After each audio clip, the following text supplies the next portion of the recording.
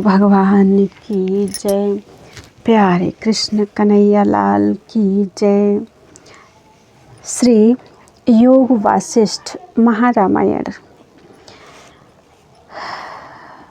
वैराग्य प्रकरण चल रहा है और आज है 18वें सर्ग से। श्री राम जी बोले कि हे मुनीश्वर, संसार रूपी गड्ढा है, उसमें अज्ञानी गिरा है, पर संसार रूपी गड्ढा तो अल्प है और अज्ञानी बड़ा हो गया है। संकल्प विकल्प की अधिकता से बढ़ा है। जो ज्ञानवान पुरुष है वह संसार को मिथ्या जानता है और संसार रूपी जाल में नहीं फंसता, और जो अज्ञानी पुरुष है वह संसार को सत्य जानकर उसकी आस्था रूपी जाल में फंसता है और भोगा की वांछा करता है। वह ऐसा है जैसे दर्पण में प्रतिबिंब देखकर बालक पकड़ने की इच्छा करता है, वैसे ही अज्ञानी संसार को सत्य जानकर जगत के पदार्थ की वांछा करता है कि यह मुझे प्राप्त हो और यह ना हो। यह सब सुख नाशात्मक है। अभिप्राय यह कि आते हैं और जाते हैं, स्थिर नहीं रहते। इनको काल ग्रास करता है। जैसे पक्के अनार को चूहा खा जाता है, वैसे ही सब पदार्थों को काल खाता है। हे मुनीश्वर, यह सब पदार्थ काल ग्रसित हैं। जैसे नेवला सर्प को भक्षण कर जाता है, वैसे ही बड़े बड़े बलि सुमेरु ऐसे गंभीर पुरुषों को काल ने ग्रसित किया है। जगत रूपी एक गूलर का फल है, उसमें मज्जा ब्रह्मादिक हैं और उसका वन ब्रह्म रूप है। उस ब्रह्म रूप वन में जितने वन हैं सो सब इसका आहार हैं। यह काल सबको भक्षण कर जाता है। हे मुनीश्वर, यह काल बड़ा बलिष्ठ है। जो कुछ देखने में आता है सो सब इसने ग्रास कर लिया है। हमारे जो बड़े ब्रह्मादिक हैं उनका भी काल ग्रास कर जाता है। तो और का क्या कहना। जैसे सिंह मृग का ग्रास कर लेता है, काल किसी से जाना नहीं जाता। क्षण, घड़ी, प्रहर, दिन, मास और वर्षादिक से जानिए सोई काल है, और काल की मूर्ति प्रकट नहीं है। यह किसी को स्थिर नहीं होने देता। एक बेली काल ने पसारी है, उसकी त्वचा रात्रि है और फूल दिन है, और जीव रूपी भौरे उस पर आ बैठते हैं। हे मुनीश्वर, जगत रूपी गूलर का फल है, उसमें जीव रूपी बहुत मच्छर रहते हैं। जैसे तोता अनार का भक्षण करता है, वैसे ही काल उस फल का भक्षण करता है। जगत रूपी वृक्ष है, जीव रूपी उसके पत्र हैं, और काल रूपी हस्ती उसका भक्षण कर जाता है। शुभ अशुभ रूपी भैंसे को काल रूपी सिंह छेद छेद के खाता है। हे मुनीश्वर, यह काल महाक्रूर है, किसी पर दया नहीं करता, सबको खा जाता है। जैसे मृग सब कमलों को खा जाता है, उससे कोई नहीं बचता, वैसे ही काल भी सबको खाता है। परंतु एक कमल बचा है, उस कमल के शांति और मैत्री अंकुर हैं और चेतना मात्र प्रकाश है, इस कारण वह बचा है। काल रूपी मृग इस तक नहीं पहुंच सकता, बल्कि इसमें प्राप्त हुआ काल भी लीन हो जाता है। जो कुछ प्रपंच है सो सब काल के मुख में है। ब्रह्मा, विष्णु, रुद्र, कुबेर आदि सब मूर्ति काल की धरी हुई हैं। यह उनको भी अंतर्धान कर देता है। हे मुनीश्वर, उत्पत्ति, स्थिति और प्रलय सब काल से होते हैं। अनेक बेर इसने महाकल्प का भी ग्रास किया है और अनेक बेर करेगा। काल को भोजन करने से तृप्ति कदाचित नहीं होती और कदाचित होने वाली भी नहीं। जैसे अग्नि घृत की आहुति से तृप्त नहीं होता, वैसे ही जगत और सब ब्रह्मांड का भोजन करके भी काल तृप्त नहीं होता। इसका ऐसा स्वभाव है कि इंद्र को दरिद्री कर देता है और दरिद्री को इंद्र कर देता है। सुमेरु को राई बनाता है और राई को सुमेरु करता है।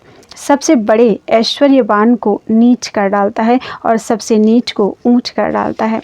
बूंद को समुद्र कर डालता है और समुद्र को बूंद करता है।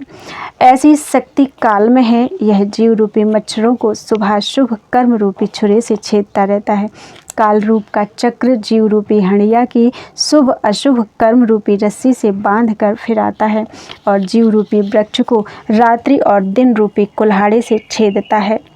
हे मुनीश्वर, जितना कुछ जगत विलास भासता है काल सबको ग्रास कर लेगा।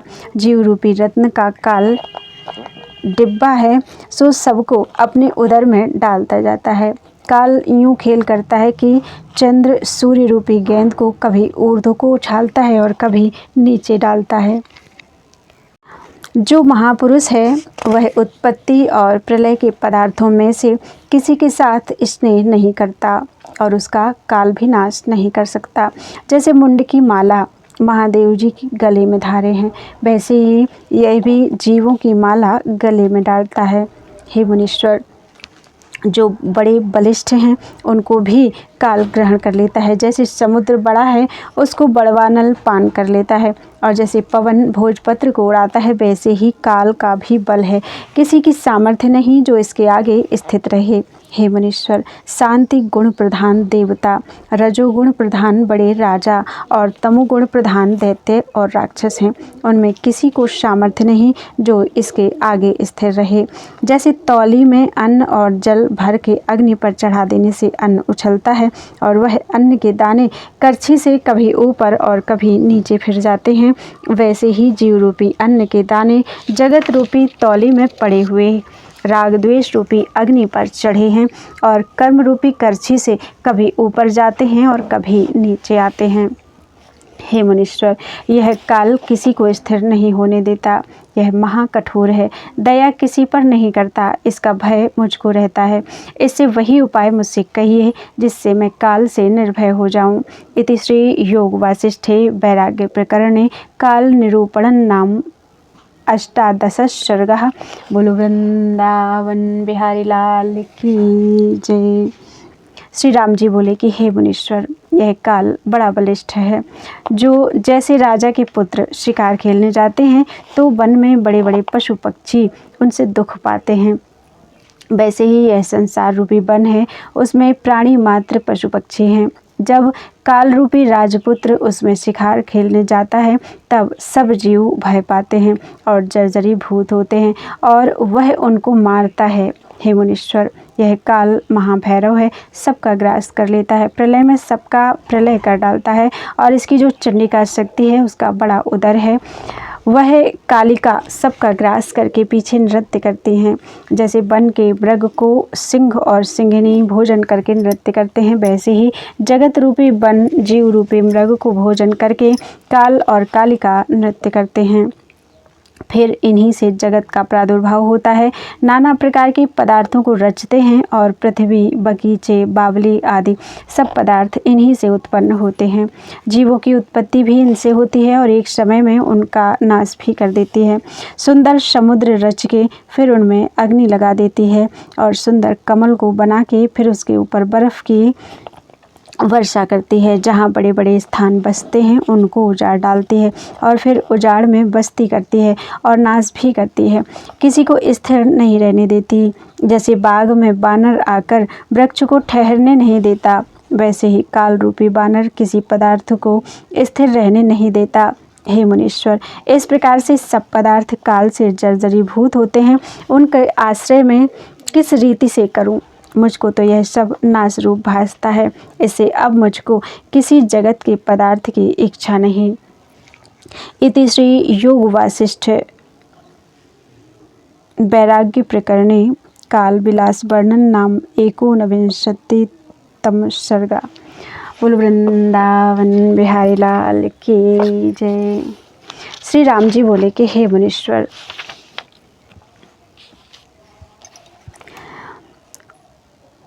इस काल का महापराक्रम है, इसके तेज के सम्मुख कोई नहीं रह सकता। यह क्षण में ऊंच को नीच और नीच को ऊंच कर डालता है, उसका निवारण कोई नहीं कर सकता। सब उसी भय से कांपते हैं। यह महाभैरव है, सब विश्व का ग्रास कर लेता है। इसकी चंडिका रूप शक्ति है, वह अति बलवान है और नदी रूप है, उसका उल्लंघन कोई नहीं कर सकता। महाकाल रूपी काली है, उसका बड़ा भयानक आकार है। काल रूप जो रुद्र है उससे अभिन्न रूपी कालिका है, वह सबका पान करके पीछे भैरव और भैरवी नृत्य करते हैं। उस काल और कालिका का बड़ा आकार है, उसका आकाश शीर्ष पाताल में चरण है और 10 दिशा भुजा हैं। सप्त समुद्र उसके हाथ में कंकड़ हैं। संपूर्ण पृथ्वी रूप उसके हाथ में पात्र है और उस पर जो जीव है वह भोजन के योग्य है। हिमालय और सुमेरु पर्वत दोनों कानों में कुंडल हैं। चंद्रमा और सूर्य उसके दोनों लोचन हैं और सब तारागण उसके मस्तक में बिंदु हैं। काल के हाथ में त्रिशूल और मूसल आदि शस्त्र हैं और कालिका के हाथ में तात रूपी फांसी है, उससे जीवों को मारती है। ऐसी कालिका देवी सब जीवों का ग्रास करके महाभैरव के आगे नृत्य करती है, अट्टहास शब्द करती है और जीवों को भोजन करके उनकी मुंडमाला गले में धारण करती है। भैरव के सम्मुख रहने की किसी में शक्ति नहीं। जहाँ उजाड़ है वहाँ क्षण में बस्ती कर डालता है और जहाँ बस्ती है वहाँ क्षण में उजाड़ कर डालता है। इसी से उसका नाम देव कहते हैं। वह बड़े बड़े पदार्थों को उत्पन्न और नष्ट करता है, स्थिर किसी को नहीं रहने देता। इससे इसका नाम कृतांत है और नित्य रूप भी यही है, क्योंकि इसका परिणाम अनित्य है। इसी से इसका नाम कर्म है। जब अभाव रूपी धनुष हाथ में धरता है तो उससे राग द्वेष रूपी बाण चलाता है और उस बाण से जर्जरीभूत करके नाश करता है। जैसे बालक मृत्तिका की सेना बनाता है और उठाकर नष्ट भी कर देता है, वैसे ही काल को उपजाने और नष्ट करने में कुछ यत्न नहीं करना पड़ता। हे मुनीश्वर, काल रूपी धीवर है और उसने क्रिया रूपी जाल पसारा है। उसमें जीव रूपी पक्षी फंसते हैं, सो फंसे हुए शांति नहीं पाते। हे मुनीश्वर, यह तो सब नाश रूप पदार्थ है, इनमें आश्रय किसका करूं कि जिसमें सुख हो। यह तो स्थावर जंगम जगत सब काल के मुख में है, यह सब नाश रूप मुझको दृष्टि आता है। इससे जो निर्भय पद हो सो मुझसे कहिए।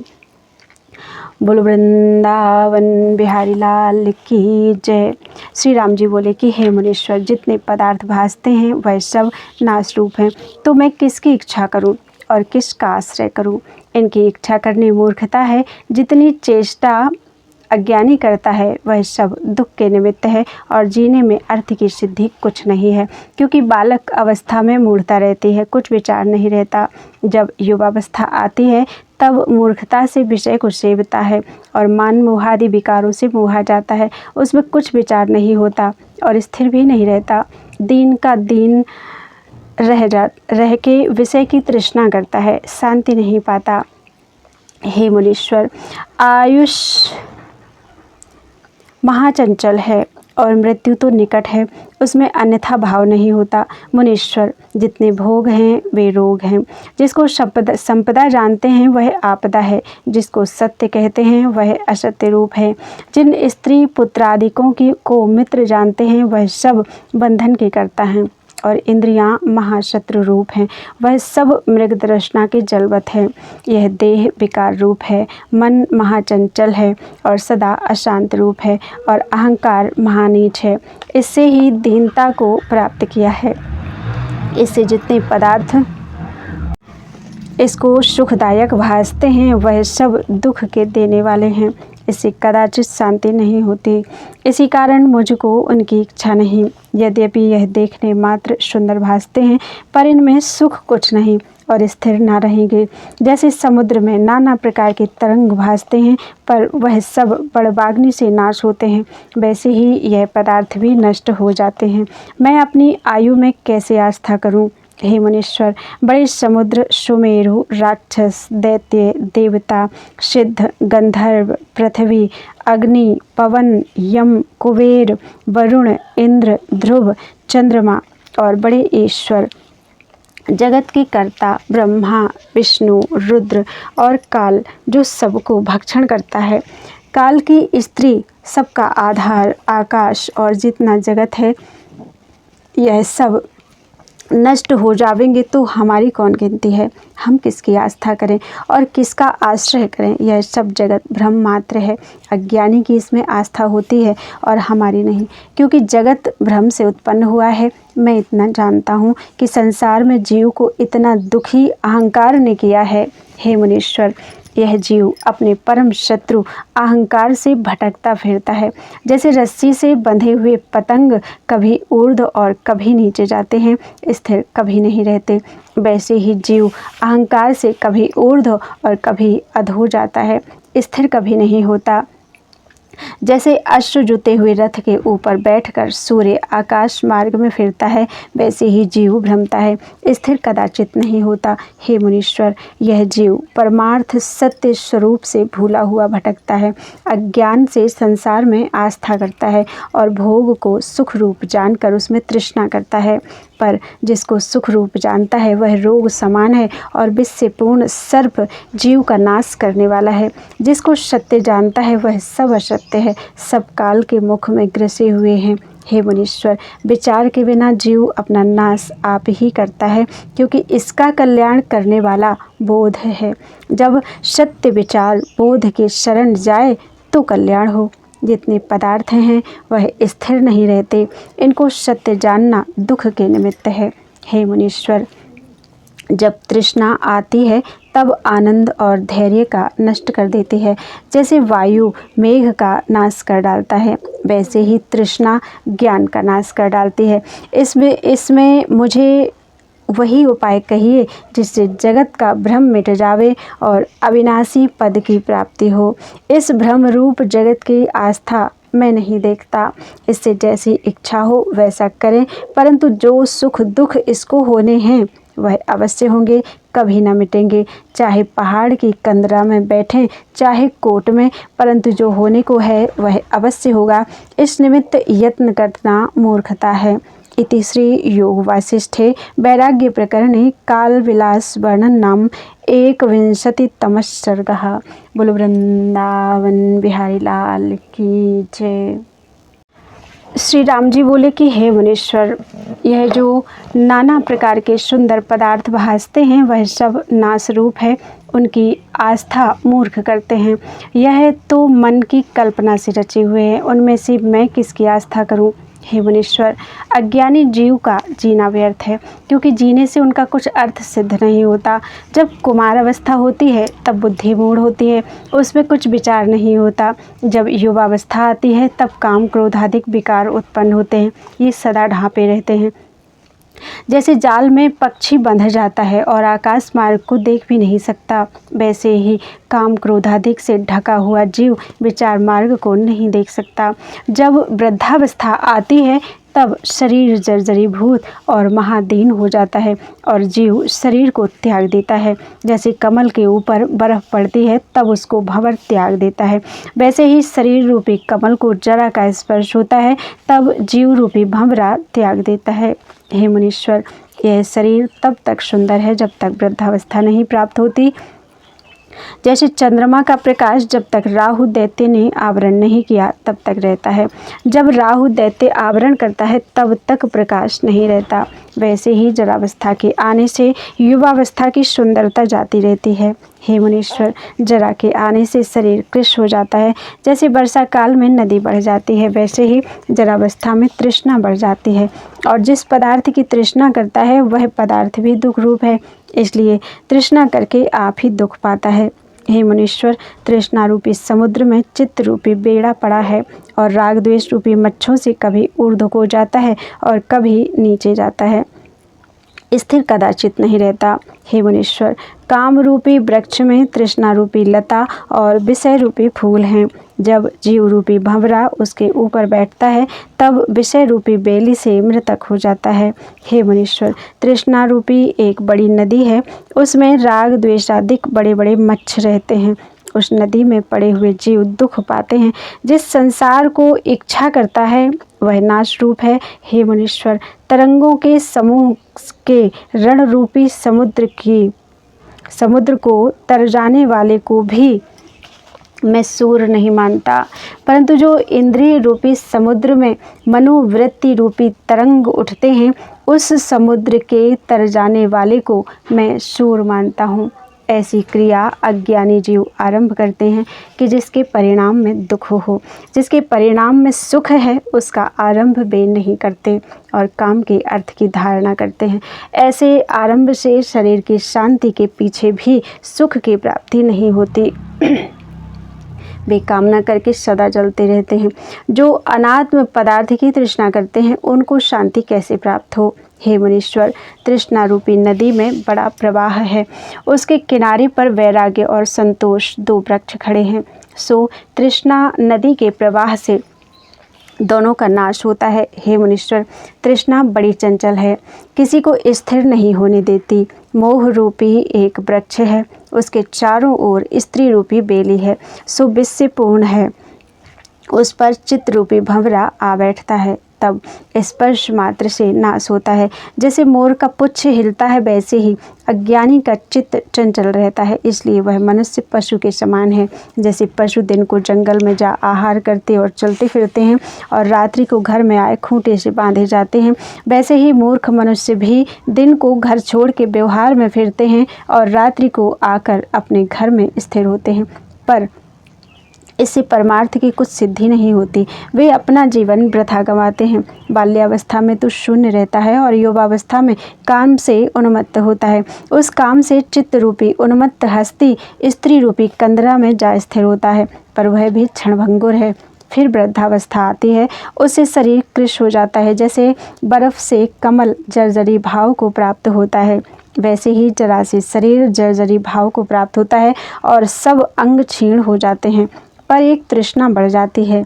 हे मुनीश्वर, यह जीव मनुष्य रूपी पर्वत पर आकाश के फल रूपी जगत के पदार्थों की इच्छा करता है, सो नीचे गिर राग द्वेष रूपी कंटक के वृक्ष में जा पड़ेगा। हे मुनीश्वर, जितने जगत के पदार्थ हैं वह सब आकाश के फूल की नाई नाशवान हैं। इनमें आस्था करनी मूर्खता है। यह तो शब्द मात्र है, इनसे अर्थ कुछ सिद्ध नहीं होता। जो ज्ञानवान पुरुष हैं उनको विषय भोग की इच्छा नहीं रहती, क्योंकि आत्मा के प्रकाश से वे इनको मिथ्या जानते हैं। हे मुनीश्वर, ऐसे ज्ञानवान दुर्विज्ञेय पुरुष हमको तो स्वप्न में भी नहीं भासते। ऐसे विरक्त आत्मा दुर्लभ हैं कि जिनको भोग की इच्छा नहीं और सर्वदा ब्रह्म की स्थिति में भासते हैं। ऐसे पुरुषों को संसार की कुछ इच्छा नहीं रहती, क्योंकि यह पदार्थ नाश रूप है। हे मुनीश्वर, जैसे पर्वत को जिस ओर देखिए पत्थरों से, पृथ्वी मृत्तिका से, वृक्ष काष्ठ से और समुद्र जल से पूर्ण दृष्टि आते हैं, वैसे ही शरीर अस्थि मांस से पूर्ण भासता है। ये सब पदार्थ पंचतत्व से पूर्ण और नाश रूप हैं, ऐसा जानकर ज्ञानी किसी की इच्छा नहीं करता। हे मुनीश्वर, यह जगत सब नाश रूप है, देखते ही देखते नष्ट हो जाता है। मैं उसमें किसका आश्रय करके सुख पाऊं? जब युगों की सहस्र चौकड़ी व्यतीत होती है तब ब्रह्मा का दिन होता है। उस दिन के क्षय होने से जगत का प्रलय होता है और ब्रह्मा भी काल पाकर नष्ट हो जाता है। ब्रह्मा भी जितने हो गए हैं उनकी संख्या नहीं हो सकती। असंख्य ब्रह्मा नष्ट हो गए हैं, तो हम शरीकों की क्या वार्ता है? हम किसी भोग की वासना नहीं करते, क्योंकि सब चल रूप है, स्थिर रहने के नहीं। सब नाश रूप है, इसलिए इनकी आस्था मूर्ख करते हैं। इनके साथ हमको कुछ प्रयोजन नहीं। जैसे मरुस्थल को देख मृग जलपान करने को दौड़ता है और शांति नहीं पाता, वैसे ही मूर्ख जीव जगत के पदार्थों को सत्य मानकर तृष्णा करता है, परंतु शांति नहीं पाता, क्योंकि सब असार रूप है। स्त्री पुत्र और कलत्र जब तक शरीर नष्ट नहीं होता तभी तक भासते हैं। जब शरीर नष्ट हो जाएगा तो जाना न जाएगा कि कहाँ गए और कहाँ से आए थे। जैसे तेल और बत्ती से दीपक बड़ा प्रकाशवान दृष्टि आता है, जब बुझ जाता है तब जाना नहीं जाता कि कहाँ गया। वैसे ही बत्ती रूप बांधव हैं और उसमें स्नेह रूपी तेल है, उससे जो शरीर भासता है सो प्रकाश है। जब शरीर रूपी दीपक का प्रकाश बुझ जाता है तब जाना नहीं जाता कि कहाँ गया। हे मुनीश्वर, बंधु का मिलाप ऐसा है जैसे कोई तीर्थ यात्रा को संग चला जाता हो, सो सब एक क्षण वृक्ष की छाया के नीचे बैठते हैं, फिर न्यारे न्यारे हो जाते हैं। जैसे उस यात्रा में स्नेह करना मूर्खता है, वैसे ही इनमें भी स्नेह करना मूर्खता है। हे मुनीश्वर, अहम ममता की रस्सी के साथ बांधे हुए घटी यंत्र की नाई सब जीव भ्रमते फिरते हैं, उनको शांति कदाचित नहीं होती। यह देखने मात्र तो चेतन दृष्टि आता है, परंतु पशु और बंदर इनसे श्रेष्ठ हैं। जिनकी सम्मति देह और इंद्रियों के साथ बंधी हुई है और आगमा पाई है, उनको आत्मपद की प्राप्ति कठिन है। जैसे पवन से वृक्ष के पात टूट के उड़ जाते हैं, फिर उनको वृक्ष के साथ लगाना कठिन है, वैसे ही जो देहादिक से बांधे हुए हैं उनको आत्मपद का पाना कठिन है। हे मुनीश्वर, जब आत्मपद से विमुख होता है तब जगत को सत्य देखता है, और जब आत्मपद की ओर आता है तब संसार इसको बड़ा विरस लगता है। ऐसा पदार्थ जगत में कोई नहीं जो स्थिर रहे। जो कुछ पदार्थ हैं सो नाश को प्राप्त होते हैं। इससे मैं किसकी आस्था करूं और किसका आश्रय करूं? सब तो नाशवंत भासते हैं। वह पदार्थ मुझसे कहिए जिसका नाश न हो। इति श्री योग वासिष्ठे वैराग्य प्रकरणे सर्व पदार्था भाव वर्णन नाम 22तमः सर्गः। बोलो वृंदावन बिहारी लाल की जय। त्वदीयं वस्तु गोविंद तुभ्यमेव समर्पये। तेन त्वदङ्घ्रिकमले रतिं मे यच्छ शाश्वतीम्। कथा विसर्ग।